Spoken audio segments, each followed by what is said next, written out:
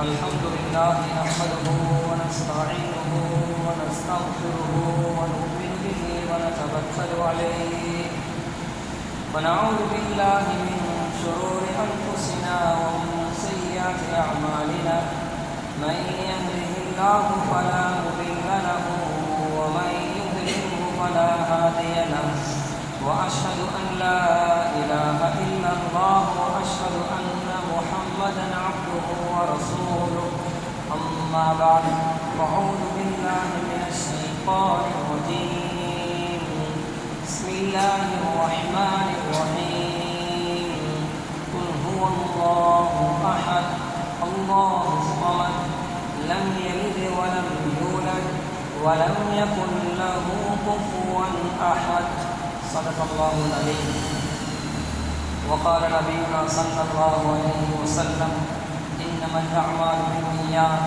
إلى آخر الحديث صدق رسول الله صلى الله عليه وسلم விண்ணிலே விண்மீன்களையும் மண்ணிலே மனித புனிதர்களையும் படைத்து பரிபாலிக்கின்ற ஏக வல்லவன் அல்லாஹ் ஒருவனுக்கே எல்லா புகழும். அவன் தனித்தவன், இணை துணையற்றவன், அவனையே வணங்குவதை விரும்புகின்றவன், அவன் அல்லாதவர்களை வணங்குவதை வெறுக்கின்றவன். சலாத்திலும் கருணையும் சலாமினும் ஈடேற்றமும் எம் தலைவர் முஹம்மது ஸல்லல்லாஹு அலைஹி வஸல்லம் அவர்களின் பேரிலும் அன்னாருடைய அடிச்சோடுகளை எடுத்து நடந்த சஹாபாக்கள், தாபிஊன்கள், தபவு தாபிஈன்கள், கியாமம் பரிவந்த அன்னாருடைய அடிச்சோடுகளை எடுத்து நடக்கின்ற முஸ்லிமான ஆண்கள் பெண்கள் அனைவரும் மீதும் நிலவுமாக. அல்லாஹுடைய மாளிகையில் இஅ்திகாஃப் எனும் நியத்தில் வீற்றிருக்கக்கூடிய இஸ்லாமிய நெஞ்சங்களே, இவ்வுலகத்தில் வாழக்கூடிய காலத்தில் எல்லா நேரத்திலும் எல்லா இடத்திலும் எல்லா காலத்திலும் அல்லாஹ் ஒருவனையே பயந்து வாழ்ந்து கொள்ளும்படியாக முதல் கண் அடியனாகி எனக்கும் அப்பால் உங்களுக்கும் வசீஹத்தும் நசீஹத்தும் செய்து கொள்கிறேன். கண்ணியமான அல்லாஹு தஆலாவின் நல்லடியார்களே, அல்லாஹு சுப்ஹானஹு வ தஆலா இவ்வுலகத்தில் பல கோடிக்கணக்கான படைப்பினங்களை படைத்திருக்கிறார். அவற்றில் கண்ணியமான ஒரு படைப்பாக, சிறப்பான ஒரு படைப்பாக அல்லாஹ் மனிதனை படைத்திருக்கிறான். வலகத் கர்ரம்னா பனி ஆதம், ஆதமுடைய பிச்சலத்தை நாம் கண்ணியப்படுத்தியிருக்கிறோம் என்று அல்லாஹு தஆலா வான்மறையில் கூறிக்கொண்டிருக்கிறான். கண்ணியப்படுத்தப்பட்ட மனிதனை எதற்காக வேண்டி படைத்தோம் என்பதையும் அல்லாஹு தஆலா கூறிக்கொண்டிருக்கிறான். வமா ஹலக்துல் ஜின்ன வல் இன்ஸ இல்லா லியஅபுதூன், மனிதர்களையும் ஜின்களையும் நான் படைத்தது என்னை இபாதத் செய்வதற்காக வேண்டி என்று அல்லாஹு தஆலா கூறிக்கொண்டிருக்கிறார். இந்த இபாதத்தை நாம் இரண்டு கண்ணோட்டத்தில், இரண்டு விடயங்களில் இந்த இபாதத்தை நாம் கண்டுகொள்ளலாம். முதலாவது ஹுக்கூகுல்லாஹ், அல்லாஹ்வுக்கு நாம் செய்ய வேண்டிய கடமைகள் என்றும், இன்னொன்று ஹுக்கூகுல் இபாத், அடியார்களுக்கு செய்ய வேண்டிய கடமைகள் என்றும் இரண்டு இபாதத்துக்களை அல்லாஹ் தஆலா வைத்திருக்கிறார். கண்ணியமான சகோதரர்களே, ஹுக்கூகுல் இபாத் உடைய விடயத்தை நாம் எடுத்துக்கொண்டால் அவற்றில் மிகவும் முக்கியமானது, எல்லோருக்கும் கொடுக்கப்பட்டிருக்கக்கூடியது, எல்லோராலும் செய்ய முடியுமானது ஒன்றுதான் சொந்த பந்தங்களுடன் இணைந்து வாழ்வதாக இருந்து கொண்டிருக்கிறது. இது யாருக்கும் விதிவிலக்கு அல்ல, அனைவருக்கும் கொடுக்கப்பட்டிருக்கக்கூடியது, அனைவருக்கும் இருக்கக்கூடியவர்கள் இவர்களுடன் இரக்கமாக, பாசமாக, அன்பாக நடப்பது இது ஒரு மிக முக்கியமான ஒரு இபாதத்தாக இருந்து கொண்டிருக்கிறது. சொந்தங்களை நாம் எடுத்துக்கொண்டால் சிலருக்கு அண்ணன் தம்பி என்ற சொந்தம் உறவு இருக்கும், இன்னும் சிலருக்கு இல்லாமல் இருக்கும். இன்னும் சிலர் எடுத்துக்கொண்டால் அன்னை தங்கை என்ற சொந்தம் இருக்கும், இன்னும் சிலருக்கு இல்லாமல் இருக்கலாம். சாச்சா சாட்சி என்ற உறவு சிலருக்கு இருக்கும், இன்னும் சிலருக்கு இல்லாமல் இருக்கலாம். சகோதரர்கள் என்ற, சகோதரிமார்கள் என்ற சொந்தம் சிலருக்கு இருக்கும், இன்னும் சிலருக்கு இல்லாமல் இருக்கலாம். என்றாலும் அனைவருக்கும் கொடுக்கப்பட்டிருக்கக்கூடிய ஒரு சொந்தம், ஒரு உறவுதான், அது பெற்றோர்களாக இருக்கிறார்கள். உலகத்தில் மூன்றே மூன்று மனிதர்களை தவிர அடுத்த அனைவர்களுக்கும் அல்லாஹ் தஆலா கொடுத்த ஒரு உறவு, அது பெற்றோர்கள். ஹஜ்ரத் ஆதம் அலைஹிஸ்ஸலாம், ஹவ்வா ஹவ்வா அலைஹிஸ்ஸலாம், ஈசா அலைஹிஸ்ஸலாம் அவர்கள் மூவர்களையும் தவிர அல்லாஹ் தஆலா அடுத்த அனைவர்களுக்கும் கொடுத்த ஒரு உறவு அது பெற்றோர்களாக இருக்கிறார்கள். இந்த பெற்றோர்களை பற்றி அல்லாஹ் தஆலா வான்மறையில் கூறும்போது அவனுக்கு இபாதத் செய்வதையும் அவனுக்கு மாற்றம் செய்யாமல் என்னை மட்டும் நீங்கள் இபாதத் செய்ய வேண்டும் என்று கூறிவிட்டு அல்லாஹ் தஆலா கூறுகிறான், வபில் வாலிதைனி இஹ்சானா, பெற்றோர்களுடன் நீங்கள் நல்ல முறையில் நடந்து கொள்ளுங்கள் என்பதையும் அல்லாஹ் தஆலா இணைத்து கூறிக்கொண்டிருக்கிறான். அந்த இடத்தில் தொழுகை கூறப்படவில்லை, நோன்பு கூறப்படவில்லை, ஜகாத் கூறப்படவில்லை.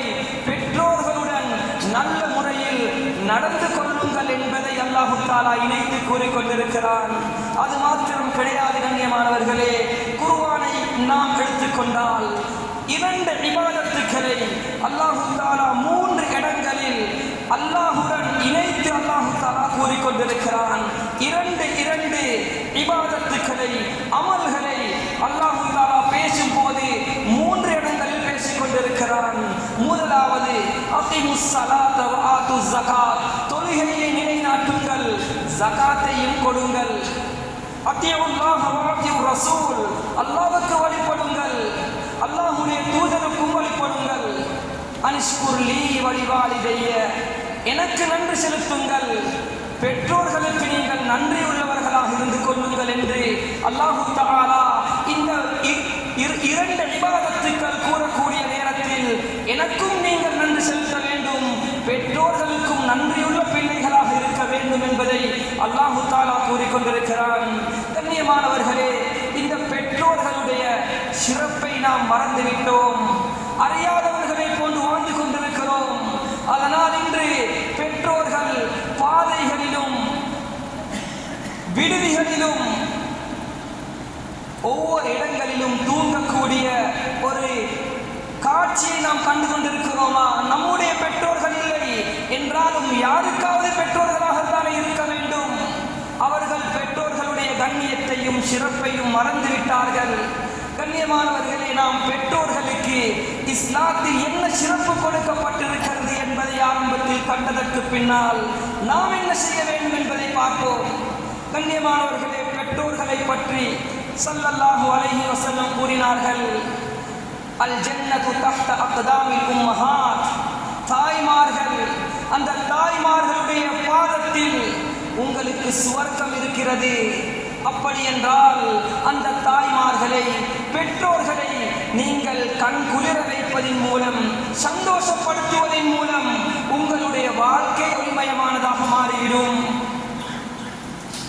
அதே போன்று ஸல்லல்லாஹு அலைஹி வஸல்லம் கூறினார்கள், மன் அராத ஐ யப்சுத ஃபீ ரிஸ்கிஹி வ யுஸலஹு ஃபீ அஸரிஹி ஃபல்யஸில் ரஹிமஹ், யாருக்கு சொத்து செல்வத்தில் விஷாலத்தன்மை ஏற்பட வேண்டுமோ, அவருடைய வாழ்நாள் அதிகரிக்கப்பட வேண்டுமோ, பரக்கத்தான வாழ்க்கை, நோயற்ற வாழ்க்கை யாருக்கு கொடுக்கப்பட வேண்டுமோ, ஃபல்யஸில் ரஹிமா, அவர் குடும்பத்தை சேர்ந்து வாழட்டும், அவர் குடும்பத்தை சேர்ந்து வாழட்டும்.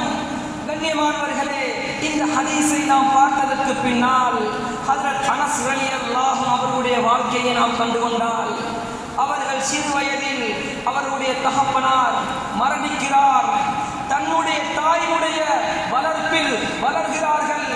10 வருடம் ஸல்லல்லாஹு அலைஹி வஸல்லம் அவர்களுக்கு பணிவிடை செய்கிறார்கள். தன்னுடைய தாய்க்கு பணிவிடை செய்யக்கூடியவராக, உபகாரம் செய்யக்கூடியவராக, நல்ல ஒரு மனிதராக அவர் வாழ்ந்தார். எந்த அளவென்றால், இந்த ஹதீஸில் கூறப்பட்ட 3 விடயத்தையும் அவருடைய கண்ணால் கண்டுகொண்டார்.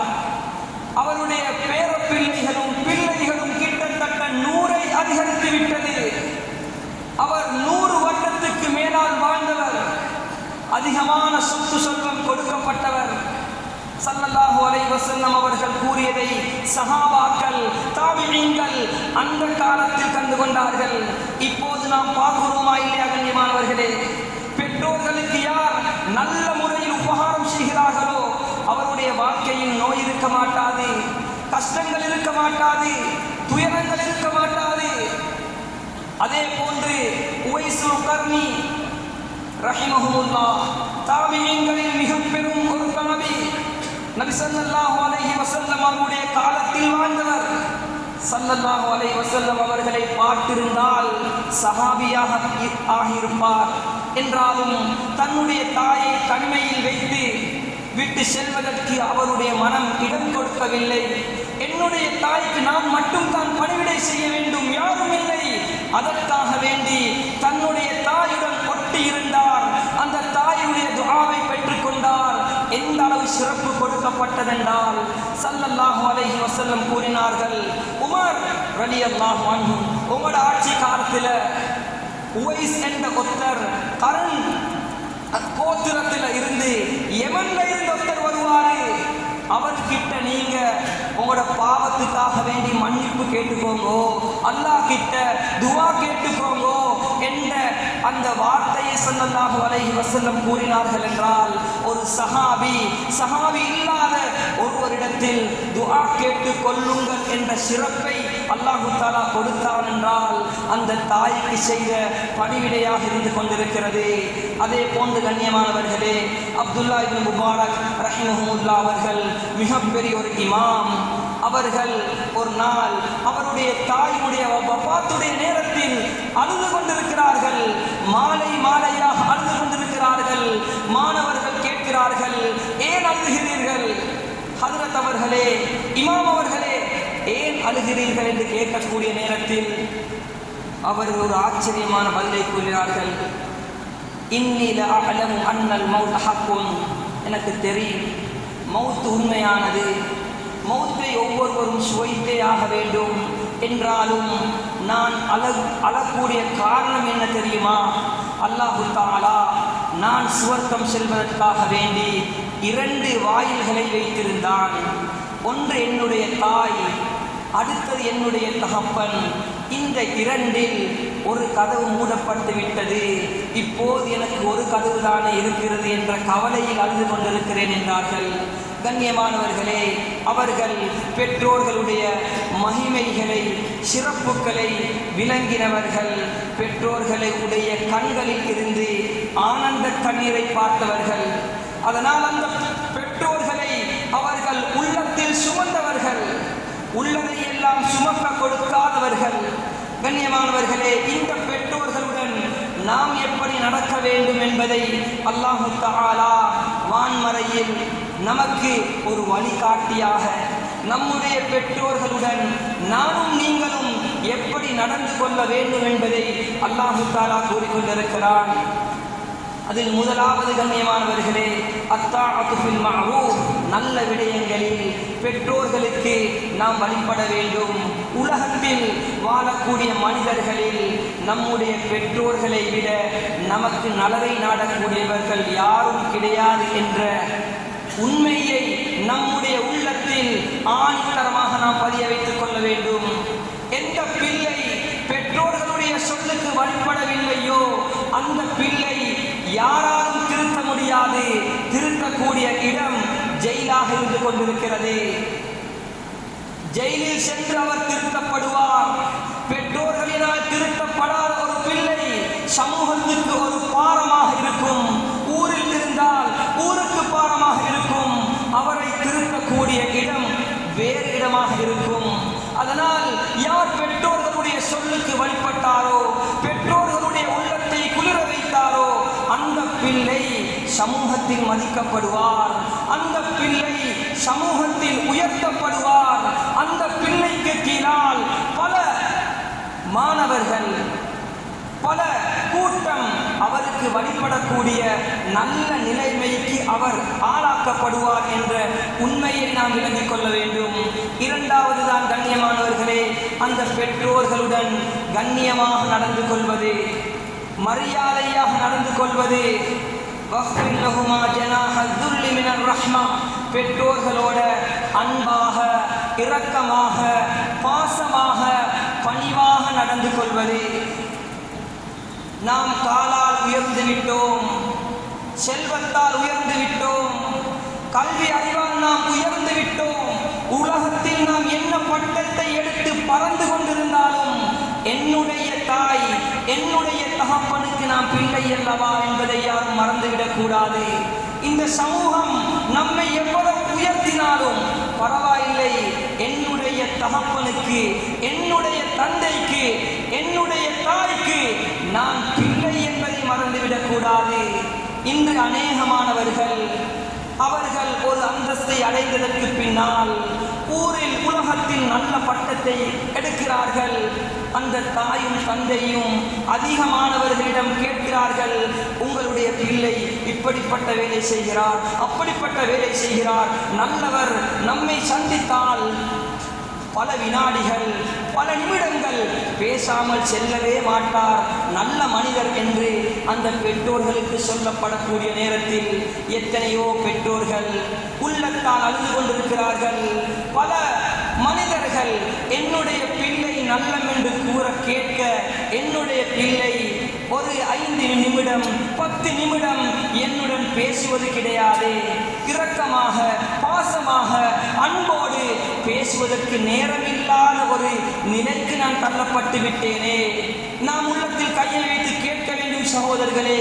நம்முடைய பெற்றோர்களை நாம் பார்க்கக்கூடிய நேரத்தில், பேசக்கூடிய நேரத்தில் நம்முடைய மொபைலை நாம் கிண்டிக் கொண்டு அதை அசைத்து கொண்டு அதில் உள்ள விடயங்களை பார்த்து கொண்டு பேசக்கூடியவர்கள் எத்தனை பேர்கள்? கண்ணியமானவர்களே, யார் யார் உடனோ நாம் எவ்வளவோ பேசிக் கொண்டிருக்கிறோம். என்னுடைய தாயுடன் என்னுடைய தந்தையுடன் ஆறுதலாக அமைதியாக, சாப்பிட்டீங்களா, மருந்து குடிச்சிட்டீங்களா, என்ன செய்றீங்க, இப்ப எப்படி என்று உள்ளம் விட்டு உள்ளம் திறந்து பேசக்கூடிய மாணவர்கள் பிள்ளைகள் எத்தனை பேர்கள்? கண்ணியமானவர்களே, இந்த பிள்ளைகள் இந்த பெற்றோர்களை நாம் மதிக்க வேண்டும். எல்லா இடத்திலும் நாம் படித்து பெரிய இடத்துக்கு செல்லலாம் என்றாலும் நம்மில் அநேகமானவர்கள் பெற்றோர்களை அறிமுகம் செய்வதை வெட்கமாக கருதக்கூடிய காலத்தில் வாழ்ந்து கொண்டிருக்கிறோம் சகோதரர்களே. எந்த அளவென்றால் நடந்த ஒரு உண்மையை முன்வைக்கிறேன் சகோதரர்களே, கவலையை முன்வைக்கின்றேன். ஒரு தாய் பல இரவுகள் பல நாட்கள் கஷ்டப்பட்டு சிரமப்பட்டு இடியாப்பம் சுட்டு தன்னுடைய மகனை படிக்க வைத்தாள். எப்படி படிக்க வைத்தால்? அந்த தாய்க்கு ஆங்கிலம் பேச தெரியாது என்றால் என்னுடைய பிள்ளை நல்லாக இருக்க வேண்டும், சமூகத்தில் மதிக்கப்பட வேண்டும் என்பதற்காக வேண்டி இடியாப்பம் சுட்டு தன்னுடைய மகனை படிக்க வைத்து பல வருடங்களுக்கு பின்னால் நல்ல உத்தியோகத்துக்கு மகன் வந்ததற்கு பின்னால் மகனுடைய நண்பர்கள் வீட்டுக்கு வந்திருக்கிறார்கள்.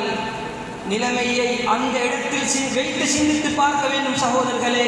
அந்த தாய் வீட்டு உள்ளால் இருந்து கொண்டு ஒரு பிடவை துண்டை தூக்கி கொண்டு அந்த தன்னுடைய மகனுடைய நண்பர்கள் ஆங்கிலத்தில் பேசுவதை கேட்டு ஆனந்த கண்ணீர் விடுத்துக் கொண்டிருக்கிறாள். எனக்கு பேச தெரியாது, என்னுடைய மகன் எவ்வளவு சிறந்த ஒரு இடத்தில் இருக்கிறான் என்ற ஆனந்தத்தில் சந்தோஷத்தில் இருக்கக்கூடிய நேரத்தில் வீட்டுக்கு வந்த நண்பர்களில் ஒருவன் அந்த தாயை கண்டுவிட்டான். கேட்கிறான், அது யார்? அந்த இடத்திலிருந்து ஒளித்தொழித்து பார்ப்பது யார் என்று கேட்கக்கூடிய நேரத்தில் இவருக்கு வெட்கம், இவருடைய உம்மண்டு செல்லத்துக்கு என்ன தெரியுமா சொன்னாரு? எங்களோட வீட்டில் இருக்கக்கூடிய வேலைக்காரி என்றாரு.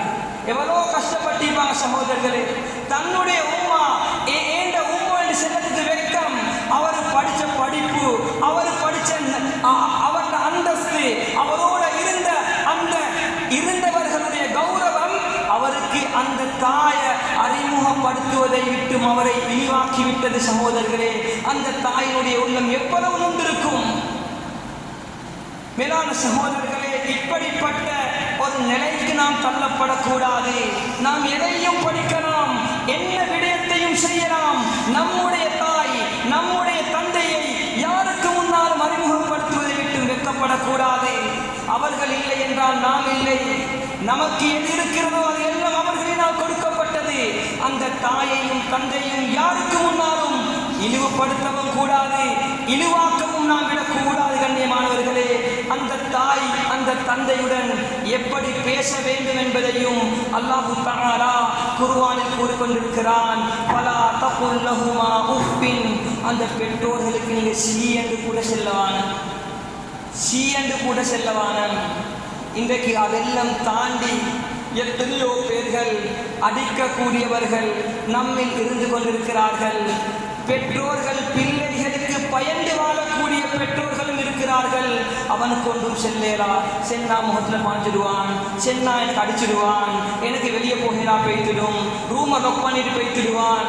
அப்படி செல்லக்கூடிய பெற்றோர்களுடைய அந்த கவலையான சத்தங்கள் காதில் இன்னும் கேட்டுக்கொண்டிருக்கிறது. சகோதரர்களே, எத்தனையோ பெற்றோர்கள் பிள்ளைகள் செய்யக்கூடிய பாவமான காரியங்களை பார்த்தும் சொல்ல முடியாமல் அழுது கொண்டிருக்கிறார்கள்.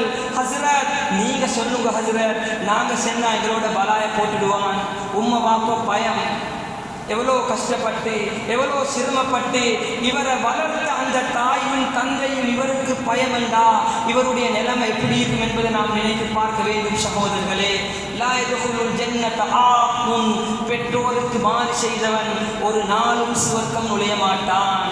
நாம் எவ்வளோ இபாதத் செய்தாலும் சரி, தொழுகைக்கு மேலால் தொழுகை, ஹஜ்ஜுக்கு மேலால் ஹஜ், உம்ராவுக்கு மேலால் உம்ரா, என்னென்ன கர்மங்கள் இருக்கிறதோ அது எல்லாம் செய்துவிட்டு நாம் பெற்றோருக்கு மாறு செய்துவிட்டால் ஒரு நாளும் சுவர்க்கம் நுழைய முடியாது என்ற உண்மையை நாம் மறந்துவிடக்கூடாது. கண்ணியமானவர்களே, இன்னும் எத்தனையோ பேர்கள் பெற்றோர்களுடன் பேசுவது எப்படி, பேர் சொல்லி பேசுவார்கள், அவருக்கு நினைத்ததை சொல்லி பேசுவார்கள். கண்ணியமானவர்களே, நாம் விளங்கிக் கொள்ள வேண்டும். பெற்றோர்களுடன் மரியாதையாக பேசுவதற்கு ஸல்லல்லாஹு அலைஹி வஸல்லம் அவர்கள் கூறினார்கள், யாருக்கு பெற்றோர்களில் இருவரோ அல்லது ஒருவரோ அல்லாஹ் அவருக்கு கொடுத்து அந்த பெற்றோர்களின் மூலமாக சுவர்க்கத்தை அடையாதவன் நாசமாகட்டும் என்றார்கள். ஸல்லல்லாஹு அலைஹி வஸல்லம் ஆமீன் என்றார்கள். பதுவா கேட்டவர் ஜிப்ரீல் அலைஹிஸ்ஸலாம், துஆவுக்கு ஆமீன் சொன்னவர்கள் ஹஜ்ரத் முஹம்மது ஸல்லல்லாஹு அலைஹி வஸல்லம். நமக்கு கொடுத்திருக்கக்கூடிய பெற்றோர்கள் நம்முடைய சுவர்க்கம் என்பதை நாம் மறந்துவிடக்கூடாது. இந்த பெற்றோர்களுக்கு நாம் பணிவிடை செய்ய வேண்டும்.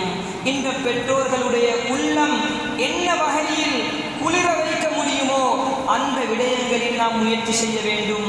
கண்ணியமான சகோதரர்களே, அடுத்ததுதான் பெற்றோர்களுக்கு நாம் செலவழிப்பது அல் இன்ஃபாகு அலைஹிமா, அந்த பெற்றோர்களுக்கு செலவழிப்பது. நாம் 10 பிள்ளைகளாக இருந்தோம், 12 பிள்ளைகளாக இருந்தோம், எந்த பெற்றோரும் நமக்கு அளந்து பால் கொடுத்தது கிடையாது. எந்த தாயும் இந்த பிள்ளைக்கு நாம் பால் கொடுப்பதினால் நான் பலவீனப்படுவேன் என்று எந்த தாயும் அளந்தது கிடையாது.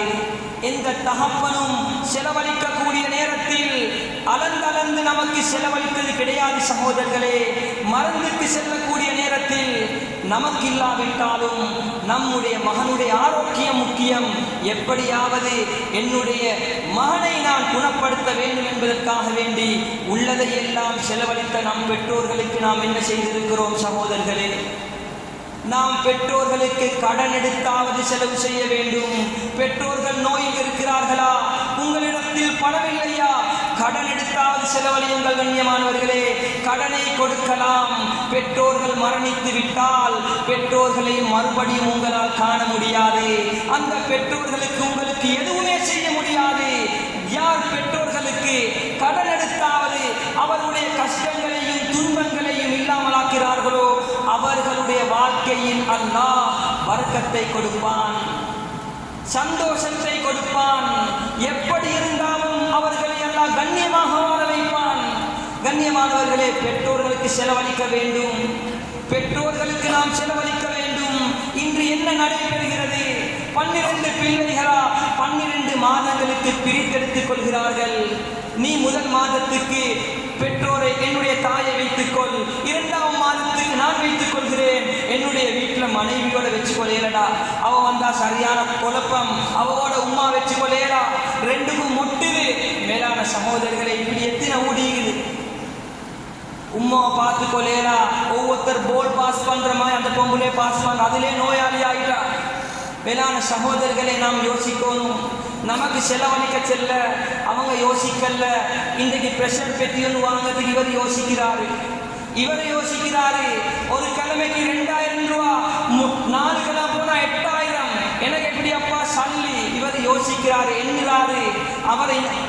அங்கே இன்னொருத்தர் பேசுறாரு, வேறு யார் சரியா பேசிட்டாங்களே, எங்க உமக்கு நோயாயிக்குது, உமக்கு மருந்து எடுக்கணும்.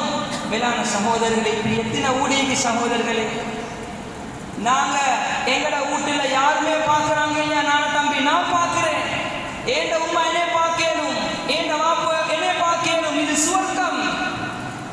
இவங்களை நாங்க கண்ணியப்படுத்தினா, இவங்கள கண்ணில் உள்ள கண்ணீரை நாங்க துடைத்தால் அல்லாஹ் எங்களோட வாழ்க்கையில பரக்கத்தை கொடுப்பான் என்பதை யாரும் மறந்துவிடக் கூடாது. கண்ணியமானவர்களே, எத்தனை பெற்றோர்கள் சொல்லவும் மேலாம கவலையில் இருக்கக்கூடிய எத்தனையோ பேர் சகோதரர்களே, அந்த ஒருத்தரை சந்திச்ச அவரோட பேசக்கூடிய நேரத்தில் அழுதாரு, ஹஜ்ரத் நான் ஏண்ட வாலிபத்தில் 20 வருஷத்தை நான் வெளிநாட்டில் கழிச்சேன், ஏண்ட இன்பம் ஏண்ட ஆசை ஏண்ட அனைத்தையும் நான் அங்கே கழித்து கடல் தாண்டி கழித்து விட்டு என்னுடைய பிள்ளைகளுடைய திருமணத்தை எல்லாம் செய்து கொடுத்து விட்டு வீடு வாசல் எல்லாம் கொடுத்து விட்டு நான் வந்து கொஞ்சம் கால நிம்மதியாய்க்க வந்தா வீட்டில் பிரச்சனை, ஏண்ட பிள்ளைகளுக்கு நான் பாடமாகிட்டு ஹஜ்ரத் எவ்வளோ கஷ்டப்பட்டிருப்பாங்க ஊட்ட கெட்டதுக்கு 20 வருஷத்துக்கு மேல வெளிநாட்டுல.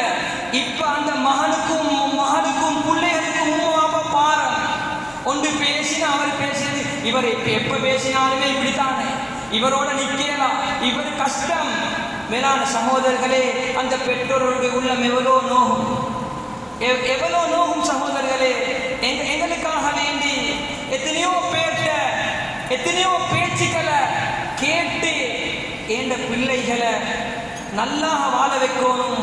நான் எந்த கஷ்டப்பட்டாலும் பரவாயில்லை, நான் காணலினாலும் பிரச்சனை இல்லை, என்ற புள்ள நல்லா இருக்கணும் என்று கஷ்டப்பட்டு ஒவ்வொரு பெற்றோரும் தன்னுடைய வேர்வையை இரத்தத்தை வேர்வையா சிந்தி அந்த வளர்த்த பிள்ளைகளுக்கே அந்த பெற்றோர்கள் பாடமாக கூடிய கட்டம் எப்படிப்பட்ட கட்டமாயிருக்கும் சகோதரர்களே, எவ்வளவு கவலை உண்டாக்கும்.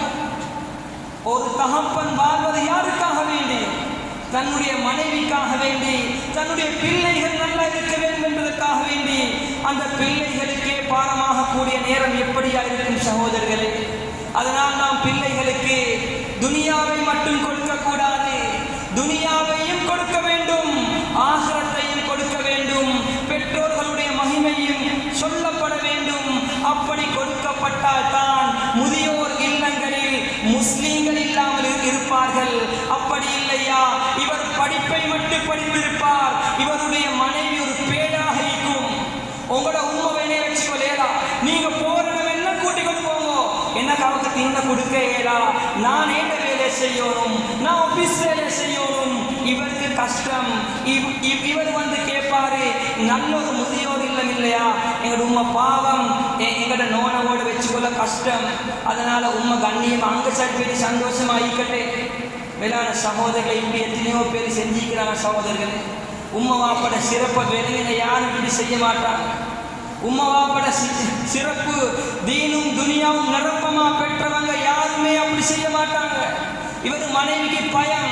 இன்னும் எத்தனையோ வீட்டுல 3 பேரு உம்மைக்கு வாப்புக்கு டேன் போட்டிக்கு 3 நேரம் சாப்பாடு, 3 இடத்துல சாப்பாடு.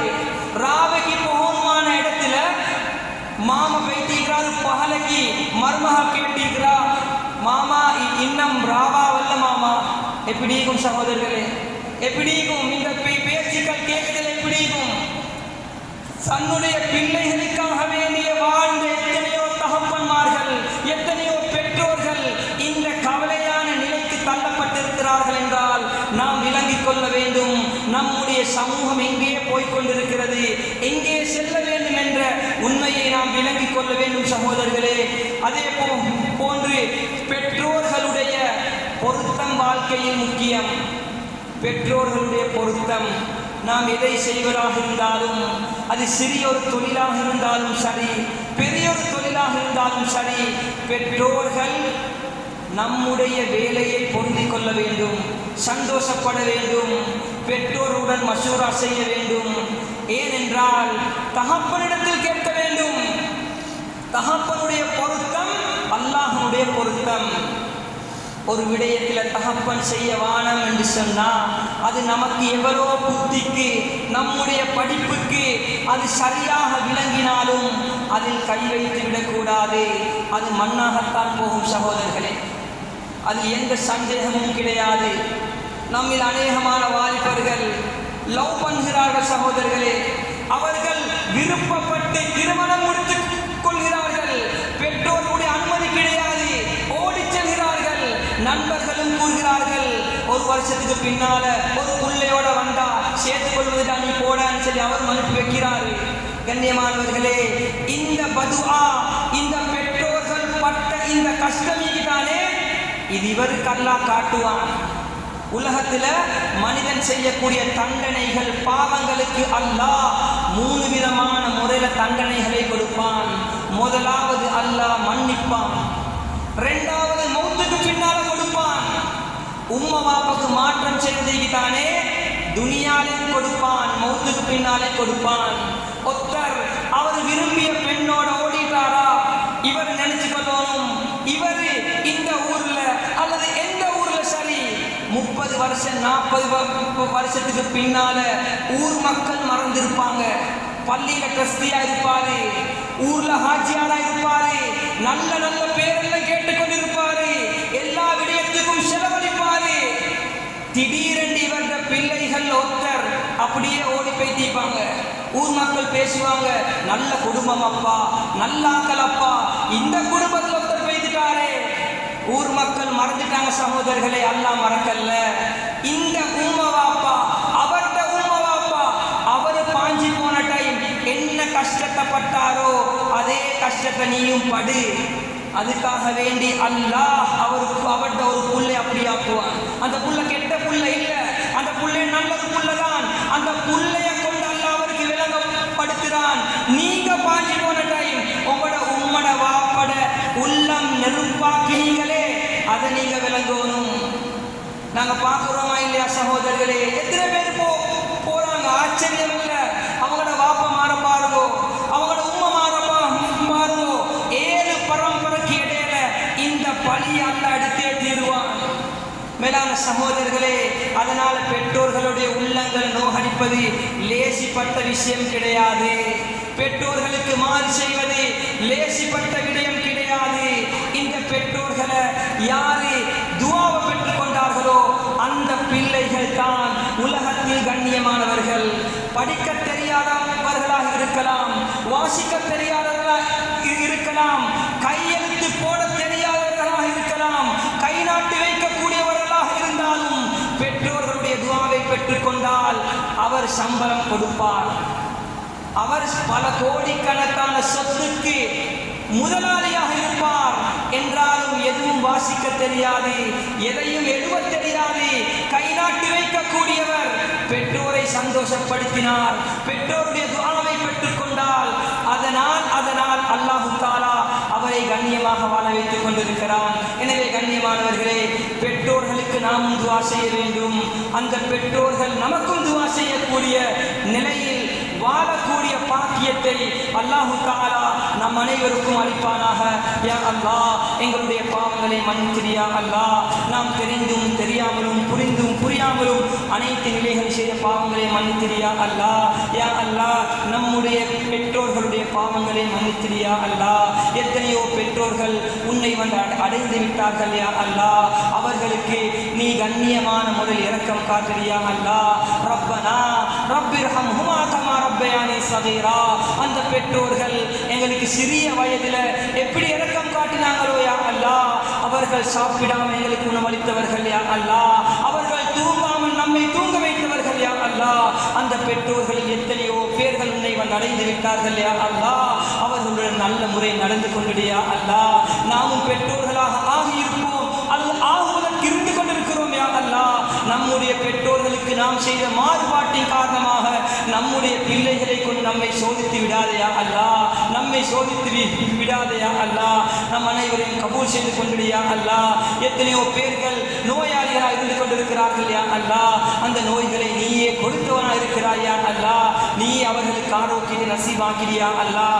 தேவைகளையும் கஷ்டங்களையும் சுமந்தவர்கள் எத்தனையோ பேர்கள் யாருக்கும் சொல்ல முடியாத கஷ்டங்களை சுமந்து கொண்டிருக்கிறார்கள் யா அல்லாஹ்.